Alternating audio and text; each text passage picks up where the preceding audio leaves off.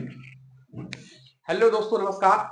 आप लोग कैसे हैं? आशा करता हूं आप लोग ठीक ठाक होंगे। तो चलिए, ये जो एलपी वैकेंसी 2025 का जो था, जिसका एग्जाम 2026 में होगा, उसमें जो है मैथ में, यानी कि बेटर करने के लिए, मैथ को गर्दा छुड़ाने के लिए आ गए हैं। आपको जो प्रीवियस ईयर 2024 में जो पूछा, यानी कि जो पूछा गया जो मैथ था, वो जो है बारी बारी से सभी लेकर के हम आने का कोशिश करेंगे और सभी करेंगे। आप जो है हमारे साथ बने रहिएगा। आपको जो है एलपी में जो मैथ पूछेगा, इसका जो हम पूर्ण गारंटी लेंगे, जो आप वहां 20 का 20 जो है आप जो है मैथ का क्वेश्चन सॉल्व करके आएंगे। तो चलिए, सबसे पहले जो है बिना समय बर्बाद किए हुए इसका एक बार जो है सिलेबस समझ लेते हैं। जो क्या क्या हमको जो है ये जो एएलपी निकालने के लिए हमको क्या क्या पढ़ना पड़ेगा, जो ये एएलपी निकल जाए। तो चलिए, सबसे पहले जो हम सिलेबस के बारे में डिस्कस करते हैं, तो इसमें आपको जो है ध्यान दीजिए, इसमें आपको क्या क्या चीज पूछा जाएगा। सबसे पहला नंबर जो है मैथमेटिक्स। मैथमेटिक्स ये आपको पूछा जाएगा कितना क्वेश्चन। तो मैथ का आपको रहेगा 20 क्वेश्चन। यानी कि कौन कौन सा सब्जेक्ट है? मैथ है, general intelligence and reasoning, math, reasoning, general science है, general awareness and current affairs है। ये सब सब्जेक्ट आपको पढ़ना पड़ेगा, जिसमें मैथ का जो है आपको कितना क्वेश्चन है? मैथ का 20 क्वेश्चन पूछा जाएगा। 20 नंबर का जो है रीजनिंग आपको जो है 25 नंबर का रहेगा। 25 क्वेश्चन 25 नंबर। और जनरल साइंस का कितना है? 20 क्वेश्चन है। और ये इसमें भी 20 नंबर। करंट अफेयर का 10 क्वेश्चन है, ये भी 10 नंबर। यानी कि टोटल 60 मिनट आपको मिलेगा एग्जाम में। आपको मिलेगा टोटल 60 मिनट और 75 क्वेश्चन होंगे। इसमें से एलपी सीबीटी 1 जस्ट क्वालिफाई करना, ये जो है इसको जस्ट क्वालिफाई करना है। और ई सीबीटी 1 में 15 गुना बच्चों को लिया जाता है। तो इस 15 गुना में आने के लिए, और जो है जो सिलेबस ये है, यही सिलेबस सीबीटी 2 का भी है। ठीक, तो आप जो बने रहिएगा। जैसा जैसे करवाया जाएगा, आप जो है लगातार प्रैक्टिस जारी रखिएगा। अगर प्रैक्टिस आपका अच्छा रहेगा तो आपको सिलेक्शन से कोई नहीं रोक सकता है। अगर मान के चलिए आपका अगर प्रैक्टिस खराब है, अगर प्रैक्टिस नहीं कर रहे हैं, तो आप उसका नतीजा तो आपको खुद भुगतना पड़ेगा। तो चलिए, हम स्टार्ट करते हैं। सिलेबस के बारे में समझा दिए, क्या है? मैथ है, रीजनिंग है, जनरल साइंस है और जनरल अवेयरनेस है।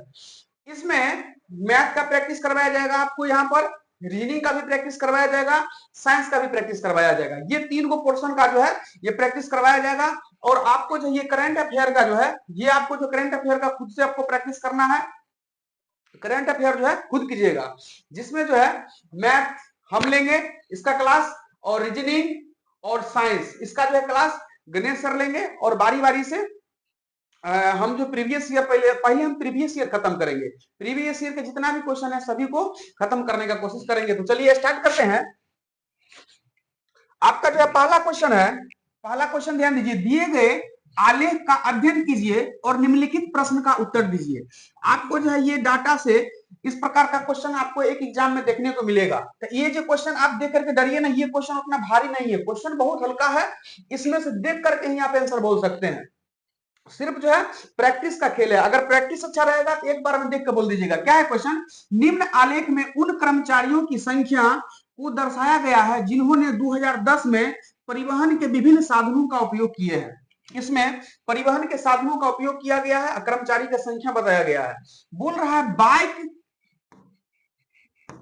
इसमें बोल रहा है बाइक का उपयोग करने वाले कर्मचारी की संख्या और मेट्रो का उपयोग करने वाली कर्मचारियों की संख्या के बीच क्रमशः अनुपात कितना है। यानी किसका किसका पूछ रहा है? बाइक का। आप खोजिए बाइक कर्मचारी कितना उपयोग कर रहे हैं, तो 300। उसके बाद मेट्रो का कितना उपयोग कर रहे हैं, तो 150। और इसका क्या पूछा है आपसे? अनुपात। तो रेशियो निकाल दीजिए। ये कट जाएगा, एक दाम है, ये 2 दाम है, यानी कि 2:1, 2 अनुपात 1 जो ऑप्शन मिल रहा होगा वही। तो ऑप्शन नंबर क्या हो गया? ए। समझने में किसी प्रकार का दिक्कत नहीं? चलिए ठीक है, स्टार्ट करते हैं। नेक्स्ट क्वेश्चन है, एक कार क्रमशः 10 किलोमीटर प्रति घंटा, 20 किलोमीटर प्रति घंटा 30 किलोमीटर प्रति घंटा और 60 किलोमीटर प्रति घंटा के चाल से 3 किलोमीटर की 4 क्रमिक दूरियां तय करती है। इस दूरी में कार की औसत चाल क्या है? इसमें जो है 3-3 किलोमीटर का 4 दूरी है, 1 2 3 4। जैसे मान लेते हैं कितना है, ये भी 3 किलोमीटर है, ये भी 3 किलोमीटर है, ये भी 3 किलोमीटर है और ये भी 3 किलोमीटर है। 3-3 किलोमीटर कितना दूरी है? 4 दूरी है। और जो है पहला जो है कितना से 10 किलोमीटर प्रति घंटा, 10 के स्पीड से पहला दूरी, दूसरा है 20 किलोमीटर प्रति घंटा और तीसरा हो गया 30 किलोमीटर प्रति घंटा। उसके बाद है 60 किलोमीटर प्रति घंटा की चाल से दूरियां तय करती है कारों की औसत चाल। तो औसत चाल निकालने के लिए तो क्या होगा, चाल बराबर क्या होता है, औसत चाल बराबर कुल दूरी, अब दूरी तय करने में लगा क्या चीज, समय। तो दूरी तो हमको पता चल गया, 3 3 3 3 जगह कितना हो गया, 12 किलोमीटर दूरी निकल गया। अब हमको निकालना है क्या चीज, समय। समय तो आपको फॉर्मूला याद होगा, चाल बराबर क्या होता है, दूरी बट्टे समय। चाल बराबर दूरी बट्टे समय। तो समय बराबर यहां से क्या हो जाएगा, समय बराबर हो जाएगा दूरी और बट्टा में क्या हो जाएगा, चाल। तो यहाँ पर दूरी भी दिया हुआ है, चाल भी दिया हुआ है, तो क्या समय नहीं निकाल सकते हैं, बिल्कुल समय निकाल सकते हैं। तो समय बराबर फॉर्मूला क्या बताया, दूरी बट्टे चाल। तो दूरी 3 और चाल 10, इसका कितना निकल जाएगा, दूरी 3 और चाल 20, इसका कितना निकल जाएगा, तो इसका दूरी है 3 और चाल 30, इसका कितना निकल जाएगा, दूरी 3 और चाल 60। आप सबको काट दीजिए, ये कट जाएगा, 3 एकम 3 20 दिया 60, 3 एकम 3 3 दाएं 30। चलिए अब फॉर्मूला क्या था, कुल दूरी बट्टा कुल समय। ये सब समय है, ये सभी समय को हमको ऐड करना पड़ेगा।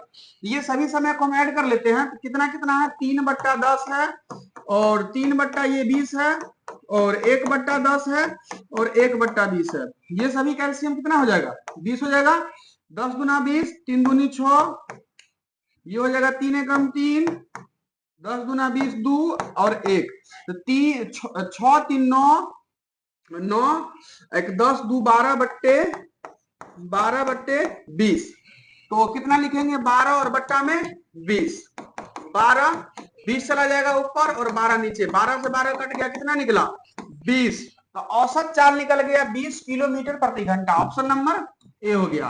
कैसे बनाए, तो विभिन्न जो दूरी दिया हुआ था, जो चाल दिया हुआ था, तो दूरी सब जोड़ के लिख लिए, कितना हुआ 12 किलोमीटर दूरी हो गया और चाल बराबर क्या होता है, दूरी बट्टे समय।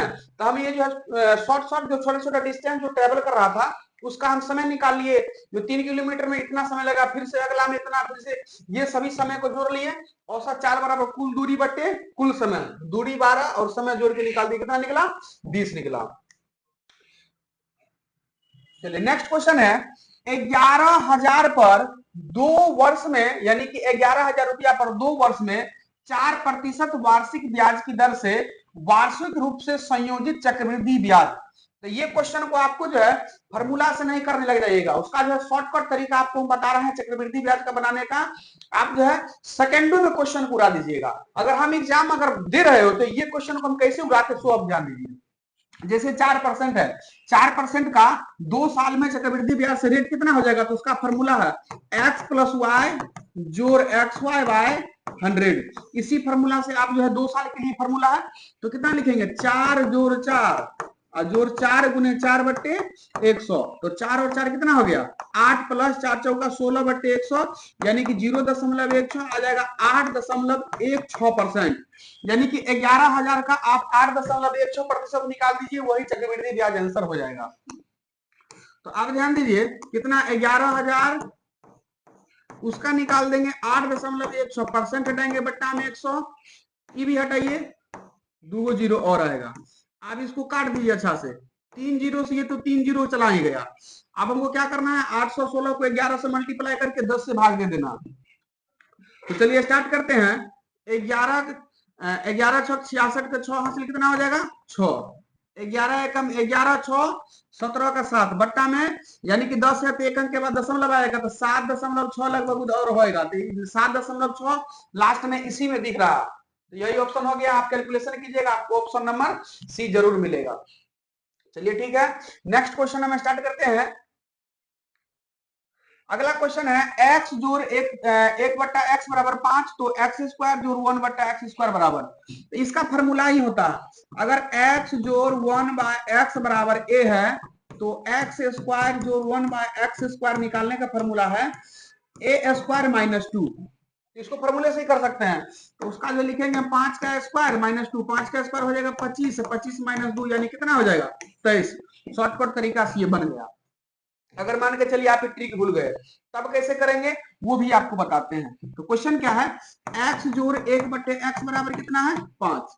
आपको कुछ नहीं करना है, दोनों तरफ आप स्क्वायर कर दीजिए, दोनों तरफ स्क्वायर कर दीजिए। तो यहां से ए प्लस बी का होल स्क्वायर तो याद ही होगा, तो ए स्क्वायर, तो यहां से एक्स स्क्वायर हो जाएगा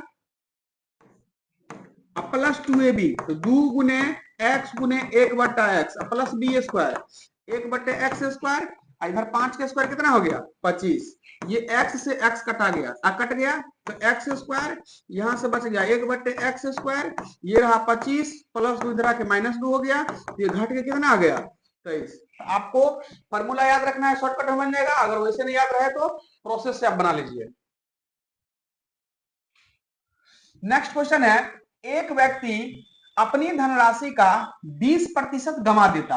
हम मान के चले वो व्यक्ति के पास कितना रुपया था 100 रुपया था, तो 100 का 20% वो गंवा दिया, तो कितना बचा उसके पास 80 बचा। शेष धनराशि का 25% खर्च कर देता है, इसका भी 25% खर्च कर दिया, तो 20 चौका 80, 25% 20 निकलेगा, तो 80 में से 20 कितना बचा 60। तो अब 20% खर्च करने के बाद उसको कितना बच गया 60 रुपया उसके पास बच गया। तो बोल रहा है उसके पास 480 बचते हैं, यानी कि 60 यूनिट का मान कितना हो गया 480। इसको काट दीजिए, 60 से एकदम है 6 8 48, तो 1 यूनिट का मान कितना आ गया 8। तो उसके पास मूल राशि कितनी थी, मूल राशि हम माने थे 100 यूनिट, तो 100 को 8 से गुणा करेंगे तो कितना निकलेगा 800। तो उसके पास कितना रुपया था तो 800 रुपया था। चलिए नेक्स्ट क्वेश्चन है, दो संख्याओं का योग 36 है। मान लिए एक संख्या x दूसरा संख्या y, दो संख्या का योग 36 है। एक संख्या का 5 गुना दूसरा संख्या के 4 गुने के बराबर है, यानी कि एक संख्या का 5 गुना और दूसरा संख्या का 4 गुना, ये दोनों एक दूसरे में क्या है बराबर। तो इसको हम लिख सकते हैं 5x माइनस 4y बराबर 0। इसको जो है हम पूरे समीकरण को हम क्या कर सकते हैं, इसको हम है 4 से गुना करते हैं, इस पूरे समीकरण को कितना से मल्टीप्लाई करेंगे हम 4 से, तो ये हो गया 4x जोड़ 4y और 36 चौका कितना हो जाएगा 6 चौक 24, 2 4 तिया 12 13 14 144। इसको दोनों को जोड़ देंगे तो ये कट जाएगा, 5 और 4 कितना बचा 9x बराबर 144 और 16 नमा होता है 144, यानी कि x का मान कितना आ गया 16। तो आपसे पूछ रहा है दोनों संख्याओं में से बड़ी संख्या कौन है, आपको बताना है दोनों संख्या में से बड़ी संख्या कौन है। तो एक संख्या है 16, तो दूसरा संख्या कितना होगा, तो 36 में से हम 16 घटा लेंगे कितना होगा 20, तो दोनों संख्या में से बड़ी संख्या कौन संख्या निकल गया, वो हो गया 20। नेक्स्ट है, निम्नलिखित में से कौन सी संख्या 11 से विभाज्य है। तो 11 का जो है विभाज्यता का नियम आपको याद होगा, सम स्थान का योग और विषम स्थान का योग दोनों निकालिए। अगर दोनों का डिफरेंस 0 है तो 11 से डिविजिबल है, अगर दोनों का डिफरेंस 11 का मल्टीपल है फिर भी वो 11 का डिविजिबल है। तो चलिए स्टार्ट करते हैं इसमें।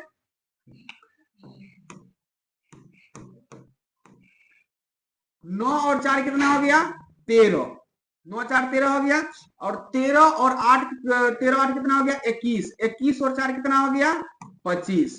ठीक, अब इसका निकालते हैं 2 और 6 कितना हो गया 8, 8 और 6 कितना हो गया 14। अब इसको देखते हैं 5 में 4 गया 1, 2 में से गया 1, 11। हम क्या बोले, सम स्थान का योग और विषम स्थान का योग का अंतर अगर 11 आता है या 11 का मल्टीपल आता है या 0 आता है, वो संख्या 11 से डिविजिबल होगा, अगर नहीं है तो 11 से डिविजिबल नहीं होगा। इसका ऑप्शन हो जाएगा डी। नेक्स्ट क्वेश्चन है, दिन के किसी विशेष समय में सूर्य की स्थिति के कारण 6 फीट लंबे व्यक्ति की छाया 4 फीट होती है, यानी कि कोई 6 फीट लंबा जो है 6 फीट लंबा व्यक्ति है उसका छाया कितना है 4 फीट है।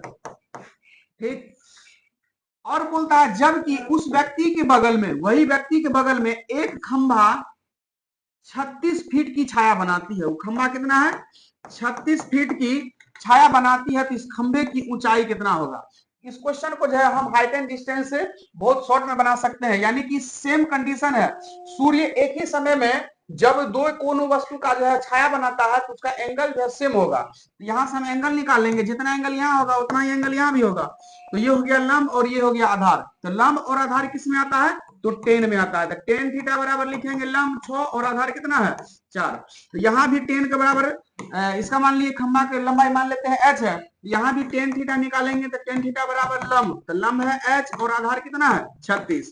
और टेन थीटा का मान कितना आ चुका है? 6/4। इस थीटा की जगह बढ़िए 6/4 बराबर h/36। 4 से कट जाएगा 4 नमा 36 और कोना कोनी गुना कर दीजिएगा तो h एकम h बराबर कितना हो जाएगा? 9 छौक 54। तो खंभा का जो कितना हो जाएगा लंबाई? 54 फीट। ऑप्शन नंबर हो गया बी। नेक्स्ट क्वेश्चन है, एक 3 अंकीय संख्या इस प्रकार है कि इकाई अंक, दहाई अंक और सैकड़ा अंक 2:3:4 के अनुपात में है। इसमें आपको दे दिया गया है 2:3:4 ये इकाई है, ये दहाई है और ये सैकड़ा है। बोल रहा है इस संख्या का और इसे उलटने पर प्राप्त संख्या का योग है 432। तो इसको जब हम संख्या बनाएंगे तो कितना संख्या हो जाएगा? तो 432 संख्या कितना हो जाएगा? 432। और इस संख्या को उलटने पर, इसको उलट दीजिए तो 2 आगे 3 और 4 उलटने पर यह संख्या बनेगा।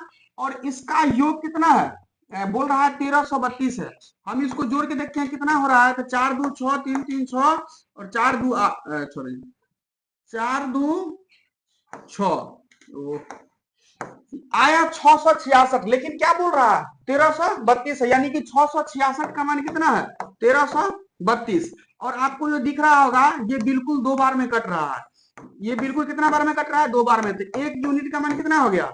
2 हो गया। तो आपको बोल रहा है एक संख्या और उसके अंकों को उलटने से प्राप्त संख्या के बीच का धनात्मक अंतर। तो ये संख्या है और उसको उलटने से प्राप्त ये संख्या है, ये दोनों के बीच का धनात्मक अंतर। तो इसको घटा लीजिए, कितना आता है? 432 में से 234 घटाएंगे तो 12 में 4 गया 8, ये हो गया कितना? 2 12 में 9 3 12 9, ये हो गया 198। और 1 यूनिट का मान 2 है तो इसको कितना गुना करना पड़ेगा? 2 से। 8 दूना 16, 9 दूना 18 19, 2 एकम 2 1 3, यानी कितना आया? 396। Option number B. नेक्स्ट है 10 नंबर, यदि दो संख्याओं का HCF और LCM क्रमशः 7 और 45 हो तो उनका गुणनफल। आपको फॉर्मूला पता होगा, LCM गुने HCF बराबर होता है संख्याओं का गुणनफल, यानी कि A गुने B। तो उसका गुणनफल ही पूछ रहा है। LCM और HCF तुमको क्या कर देना है? मल्टीप्लाई कर देना है। तो कितना हो जाएगा? 7 5 35, 35 का 5 हासिल 3, 7 चौक 28, 28 और 3 कितना हो जाएगा? 8 3 11, लास्ट में 15 किसी मिल रहा है? ये मिल रहा है। Option number D. पूरा गुना करने की जरूरत नहीं है, लास्ट डिजिट देखिए और मारिए। एग्जाम को है समय बचाना बहुत ज्यादा जरूरी है। नेक्स्ट क्वेश्चन है, एक व्यक्ति ने 1 रुपये में 3 की दर से 1 रुपये में 3, यानी कि 1 रुपया में कोई सामान खरीद रहा है। एक व्यक्ति ने 1 रुपये में 3 की दर से और 1 रुपये में 2 की दर से समान संख्या में संतरे खरीदे, यानी कि 1 रुपया में कितना? 3 संतरा। और फिर से 1 रुपया में 2 संतरा, समान संख्या में संतरे खरीदे, यानी कि दोनों संतरा क्या है? समान संख्या में संतरा। हम क्या कर लेते हैं? संतरा को हम पहले बराबर करते हैं। दोनों संतरा को बराबर करेंगे तो इसको हम 2 से मल्टीप्लाई कर देते हैं, इसको कर देते हैं कितना से? 3 से। तो ये हो गया कितना? तो इधर से मल्टीप्लाई करते हैं तो और भी मल्टीप्लाई करना पड़ेगा, यानी कि ये हो गया कितना? 2 और इधर हो गया 3 दूनी 6, इधर 3 दूनी 6, इधर भी हमको 3 से करना पड़ेगा, इधर हो गया 3, यानी कि संतरा हमको बराबर करना था। क्या बोल रहा था? समान संख्या में संतरे खरीदते हैं, तो हम संतरा बराबर कर लिए, यानी कि कुल संतरा 6 और 6 12 संतरा, 3 2 5 रुपया में, यानी कि 5 रुपया में कितना संतरा खरीद रहा है? तो 12 संतरा। अब आगे पढ़ते हैं, 20% लाभ अर्जित करने के लिए उन्हें प्रति दर्जन किस मूल्य पर बेचना पड़ेगा? प्रति दर्जन यानी कि एक दर्जन का मान पूछ रहा है। एक दर्जन में कितना? 12 संतरा, 12 संतरा है ही, और 20% लाभ अर्जित करना है तो 5 रुपया में खरीदा है। 20% लाभ अर्जित करने के लिए आपका जो है 5 का 120% निकाल दीजिए, हो जाएगा आंसर। परसेंटेज रहेंगे बट्टा में 120, 520, 6 का 120, 5 से 5 कट गया, यानी कितना रुपया बेचेगा? तो 6 रुपया में वो संतरा बेचेगा। चलिए नेक्स्ट क्वेश्चन लेके आते हैं।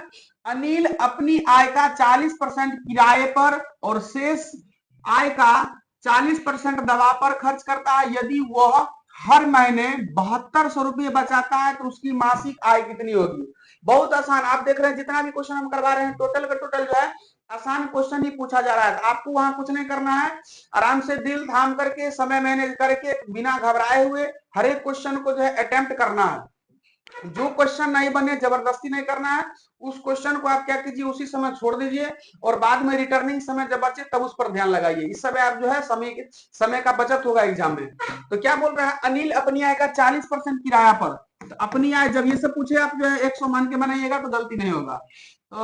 हम मान लिए अनिल के पास 100 रुपया है, 40% किराया पर खर्च कर देता है तो 40% इसमें माइनस कर दीजिए, तो 100 में से 40 गया, कितना बच गया? 60। उसके बाद बोलता है शेष, शेष का 40% दवा पर, तो अब ये 60 है, फिर से इसका 40% किस पर खर्च कर रहा है? तो दवा पर। तो 60 का जो है 40% निकाल दीजिए, कितना हो जाएगा? एक जीरो से 6 चौ कितना हुआ? 24। तो आपको जो है इस 60 में से कितना घटा लेना है? 24 घटा लेना है। 10 में से 4 गया 6, 5 में से 2 गया 3, तो अब उसके पास कितना रुपया बच गया है? 36 रुपया बच गया है। बोल रहा है यदि वह हर महीने 7200 बचाता है, यानी कि 36 यूनिट का मान कितना दिया है? 7200। आपको टेबल याद होगा, 36 गुना 72 जरूर होता। तो 36 से कट गया कितना बार में? 2 बार में, यानी 200। तो 1 यूनिट का मान हो गया 200, तो उसकी मासिक आय, तो 100 यूनिट का मान कितना होगा? 200 पर 2 जीरो किधर मिल गया? Option number D. अगला क्वेश्चन है, दिए गए व्यंजक का मान, इसका मान किसी भी अंक पर पावर 0, तो उसका वैल्यू कितना हो जाएगा? 1 हो जाएगा। 2 के पावर 3 कितना हो गया? तो ये हो गया 8, 3 के पावर 3 कितने? 3 3 9 3 27, यानी कि 7 8 एकम 8, 8 को 27 से गुना कर दीजिए, 8 7 56, यूनिट डिजिट 6, 8 गुना 16, 1 17, 176, 8 7 56 और हासिल 5 बज रहा था, ठीक ठीक गलती हो गया। 27 को कितना से मल्टीप्लाई करना है? 8 से। 8 7 56, 6 5, 8 गुना 16, 16 और 5 हो गया 21, यानी कि 216। नेक्स्ट क्वेश्चन है, ए अकेले एक काम को 6 दिनों में करता है। तो ये जो है टाइम एंड वर्क से, इससे भी बहुत आसान सा क्वेश्चन है, ध्यान दीजिए तुरंत उड़ जाएगा। ए अकेले एक काम को 6 दिन में करता है। ए जो है काम को कितना दिन में कर रहा है? 6 दिन में। बी अकेले उसी काम को 8 दिन में कर रहा है। वही काम को बी कितना दिन में कर रहा है? 8 दिन में कर रहा है। ए और बी ने इस काम को 3200 में पूरा करने का सोचा। ए और बी कितना दिन में? दिन तो पता नहीं है, लेकिन 3200 में वो ठेका लिया, ऐसे समझिए। और बोल रहा है सी की सहायता से उन्होंने इस काम को 3 दिन में पूरा कर लिया, यानी कि जब ए बी सी मिला, तीनों मिल गया, ये काम को कितना दिन में कर लिया? 3 दिन में पूरा कर लिया। तो क्या बोल रहा है? तो उसके बाद तो सी को कितना भुगतान करना पड़ेगा था? अब ए और बी सोचा था जो हम 3200 में पूरा कर लेंगे, और सी के साथ 3 दिन में कर लिया, तो उसमें से 3200 में से सी को कितना परसेंट हिस्सा देगा? तो घबराना नहीं है, इस तीनों का आपको जो एलसीएम निकाल लेना है। 6 8 3 का एलसीएम कितना हो जाएगा? 24 हो जाएगा। 6 चौक 24, 8 3 24, 3 8 24। ए का एफिशिएंसी निकल गया 4, बी का निकल गया 3, और ए प्लस बी प्लस सी का एफिशिएंसी कितना है? 8। तो इसमें से ए और बी का एफिशिएंसी हटा देंगे तो हमको सी का एफिशिएंसी मिल जाएगा। तो ए और बी का 4 3 7, 4 3 7, यहाँ 8, यानी कि सी का एफिशिएंसी कितना है? तो सी का एफिशिएंसी यानी कि कार्य क्षमता कितना निकला? सी का 1। तो सी को कितना भुगतान करेगा? जितना काम करेगा उतना ही भुगतान करेगा। टोटल कितना था? 3200 रुपया। आप जो इसमें से तीनों का एफिशिएंसी से भाग दे लीजिए, 4 3 7 1 8, 8 से हम भाग दे लेते हैं और सी का एफिशिएंसी कितना है 1, उससे गुना कर दीजिए काटकुट के आंसर।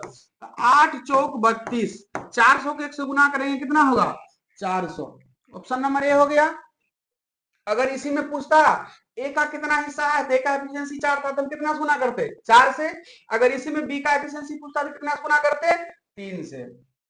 नेक्स्ट क्वेश्चन है, एक दुकानदार 5% और 4% की क्रमिक छूटें प्रदान करता है जो डॉट डॉट की एक छूट के बराबर है। यानी कि दुकानदार है 5% 4% का 2 छूट दे रहा है, तो दोनों का एकल छूट क्या होगा। इसका फॉर्मूला है, इसका फॉर्मूला है A plus B minus minus A B बट्टा 100। तो आप जोड़िए 5 + 4 - 5 × 4 बट्टे 100। तो 5 और 4 9 माइनस 5 चौका 20 बट्टे कितना हो जाएगा 100। इसे ये कट गया तो 9 - 0.2, तो 9 में से 0.2 घटा देंगे कितना होगा 8.8। ऑप्शन नंबर क्या हो गया सी हो गया। अगला क्वेश्चन है, एक त्रिभुज की भुजाएं की लंबाई 5 7 10, त्रिभुज का क्षेत्रफल 5 है 7 है 10 है।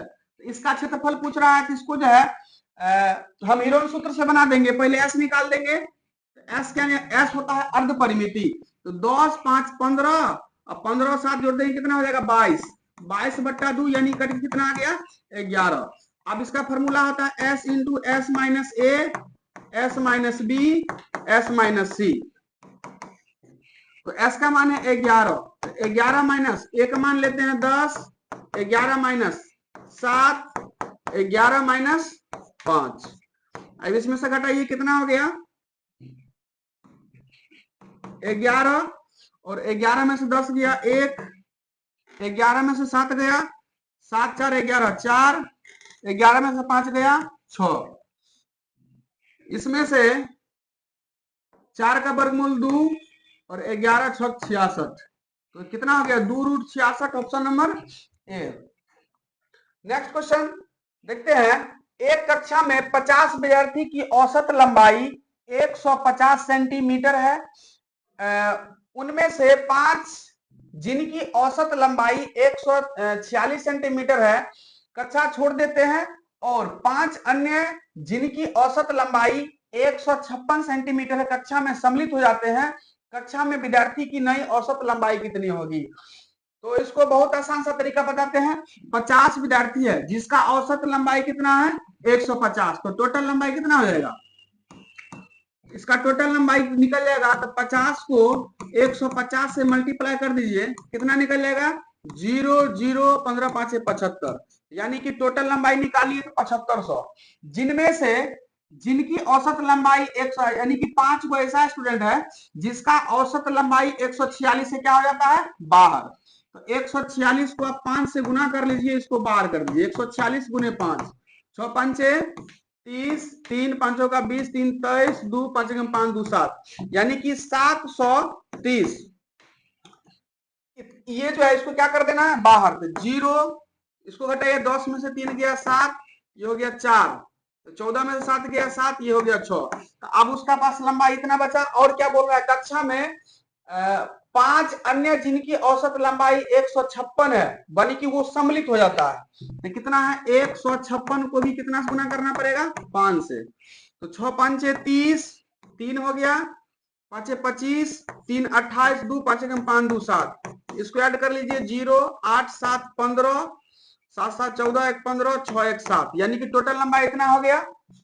कक्षा में नहीं तो फिर से 5 हो गया 5 हो गया, तो 50 को विद्यार्थी रह गया, इसको 50 से डिवाइड कर लीजिए, 0 से 0 5 से कट जाएगा, 5 एकम 5, 5 25, 5 एकम 5 151। Option number B. यानी कि हम क्या किए 50 को विद्यार्थी था जिसका औसत लंबाई 150 था, तो पहले उसका हम टोटल निकालिए कितना लंबाई होगा, तो इतना निकला। उसमें से 5 को विद्यार्थी चला गया तो उसका हम टोटल निकाल लिए लंबाई, उसको हम घटा लिए। फिर से 5 को विद्यार्थी आ गया तो उसका भी टोटल निकाल के ऐड कर दिए। तो आप देख लिए टोटल लंबाई इतना बचा, और टोटल विद्यार्थी 5 गया 5 गया, तो 50 को में से 5 गया फिर से 5 गया, तो 50 ही बचा, तो उसको 50 से डिवाइड कर दिए तो कितना आया 151। अगला क्वेश्चन है संकलन आकृति में एल और एम समांतर है, यानी कि ये दोनों क्या चीज है, ये दोनों समांतर है। तो इसमें से पूछ रहा है x प्लस 2y का मान। तो आप इसमें याद रखिए जब दो रेखा समांतर हो, जब दो रेखा समांतर हो तो उसको जो तिर्यक रेखा काटेगा तो तिर्यक रेखा के एक ही ओर के बने अंतः कोणों का योग जो होता है 180 डिग्री होता है। यानी कि ये और ये दोनों कोण को जोड़ेंगे तो 180 होना चाहिए, लेकिन ये है x, ये है 105। तो x का मान निकालने के लिए क्या करना पड़ेगा, तो 180 में से हम क्या करेंगे, इस 105 को घटा लेंगे। तो 180 में से 105 घटा लीजिए, कितना आ गया, तो ये 75 आ गया। उसके बाद ये y, तो ये शीर्षाभिमुख कोण से ये 60 है, तो ये भी कितना होगा 60, और ये दोनों जोड़ के होता है 180। तो 180 में से 60 घटा लीजिए, कितना बचेगा 120। तो y का मान हम निकाल दिए कितना 120, और x का मान कितना निकाल दिए 75। तो x प्लस 2y का मान पूछ रहा है, तो x का मान कितना हो गया, x का मान हो गया 75 और 2y 2 गुने 120, तो 75 plus 12 Guna 24 240, 5 7 4 11 2 1 3 315 degree, option number A. Next question है 3 के प्रथम कितना 25 गुणों का, यानी कि गुणजो होता, गलती हो गया, 3 के प्रथम 25 गुणजों का औसत कितना होगा। तो औसत बराबर क्या है, सबको जोड़ करके और जितना है उससे हम भाग दे लेंगे तो निकल जाएगा। तो 3 का प्रथम हो कितना 25, 3 ऐसे मान के चलिए 3 दूना 6 3 तिया 9, इस तरह करके कितना गुणज होगा 25 वो इसका गुणज है। तो उसको पहले हम ऐड करेंगे, जोड़ेंगे। तो जोड़ेंगे तो अगर मान के चलिए 3 कॉमन ले लेंगे तो 1 2 3 इसी प्रकार करके कितना निकलेगा 25 तक निकलेगा। इसको जो है क्या चीज n लगातार प्राकृत संख्या का योगफल से निकालेंगे, n इंटू एन प्लस 1 बट्टा 2। तो 3 गुने n का मान कितना हो गया 25, n प्लस 1 25 1 26 बट्टा 2, 2 से कट गया 13 बार में। इस तीनों को गुना करना, 25 दिया कितना हो गया 75 गुने करेंगे 13, तो 13 पचे 65 का 5 हासिल 6, 13 साथ कितना हो गया 91, तो हो गया 975। तो टोटल योग निकल गया 975, और बट्टा में कितना रखेंगे, टोटल कितना है तो 25 है, 25 से डिवाइड कर देंगे, जो होगा आंसर निकल जाएगा। 975 में 25 से 5 से काट लेते हैं, 5 25 5 कम 5 4 5 9 45 5 25, फिर 5 से कर देगा 5 दिया 15 5 9 45 39, तो कितना हो गया 39। तो एक तो ये तरीका बताए हम, 3 के प्रथम 25 गुणजों का ऐड करने का। एक और फॉर्मूला बताते हैं, उसका जो है एसएन का वो फॉर्मूला, एसएन के फॉर्मूला से वो निकलेगा 3 6 कितना है 9, 3 के 25 गुना जो है 25 तक जाएगा है, 25 पदों तक। इसका फॉर्मूला होता है एसएन, योगफल का एसएन बराबर n/2 into 2a plus n-1 into D. इससे बन जाएगा n का मान दिया हुआ है 25, तो 25 बट्टा 2 गुने a, प्रथम पद होता है a, तो a का मान हो गया 3 प्लस n-1, तो 25 -1 और d का मान, यानी कि अंतर कितना है 3 3 बढ़ रहा है, तो अंतर रखेंगे हम 3, तो हो गया 25 बट्टा 2 3 दूनी 6, 25 में से गया 24 गुने 3, तो यहां से करेंगे तो हो गया 25 बट्टा 2 इंटू 6 प्लस 4 तिया 12 3 दूना 6 1 7 72। इसको जो है 25 बट्टा 2 गुने 72 6 कितना हो जाएगा 78, 2 से कट जाएगा 2 तिया 6 एक पर 2 9 18, 39 को 25 से गुना कीजिएगा, फिर से इतना ही आएगा, फिर भी उसे 25 से भाग देंगे काट लेंगे कितना आएगा 39।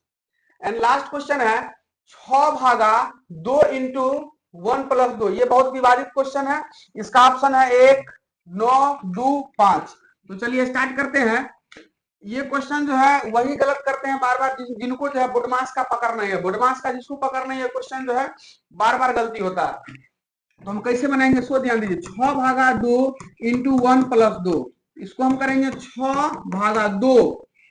आप याद रखिएगा अगर यहाँ पर कोई सिंबल नहीं दिया, यहाँ पर ऑफ यानी कि का सिंबल छुपा हुआ रहता है, 2 और 1 कितना होगा 3, और यहाँ पर गलती कैसे होता है यहाँ पर मल्टीप्लाई का जब ये सिंबल देंगे, जब ही मल्टीप्लाई का सिंबल देंगे उसी समय सवाल गलत हो जाएगा, क्योंकि 2 1 3 हो जाएगा। आप गुना और भाग में पहले किसका काम कर लीजिएगा, भाग का काम कर लीजिएगा, तो 2 3 6 3 और गुने 3 आप आंसर 9 निकाले तो 9 मार के आ जाइएगा, वो सरासरी क्या हो जाएगा, तो गलत हो जाएगा। इसको इस तरह नहीं बनाना, इस तरह बनाइएगा बिल्कुल गलत हो जाएगा। 6 डिवाइड 2 क्वेश्चन में रखिए 2 3 और यहाँ पर किसका है, का सिंबल छिपा हुआ है, यानी कि ऑफ। तो 6 डिवाइड बाय 3 दूनी 6 और 6 में 6 से भाग देंगे कितना होगा, 1 होगा। अगर आपको लग रहा है अगर ऐसे नहीं होगा, आप ध्यान दीजिए, एक बात और आप जानते होंगे, अगर जो भाग के बाद जितना भी संपूर्ण टर्म इधर है, वो अगर एक टर्म है तो उसको हम बट्टे के नीचे लेके जा सकते हैं। तो भाग के बाद 2 इंटू 1 प्लस 2 है, ये सब एक ही टर्म है, इसको हम बट्टा के नीचे लेके आराम से आ सकते हैं कि नहीं, आराम से आ सकते हैं। 2 से कट गया 2 3 6, ऊपर में 3 और 2 और 1 3, 3 से 3 कट गया 1, आंसर कितना आया 1। लेकिन जब ही आप गुना दीजिएगा तो उसका आंसर आएगा 9 और ये हो जाएगा गलत। तो ओवर कॉन्फिडेंस में गलत नहीं मार के आ जाना है।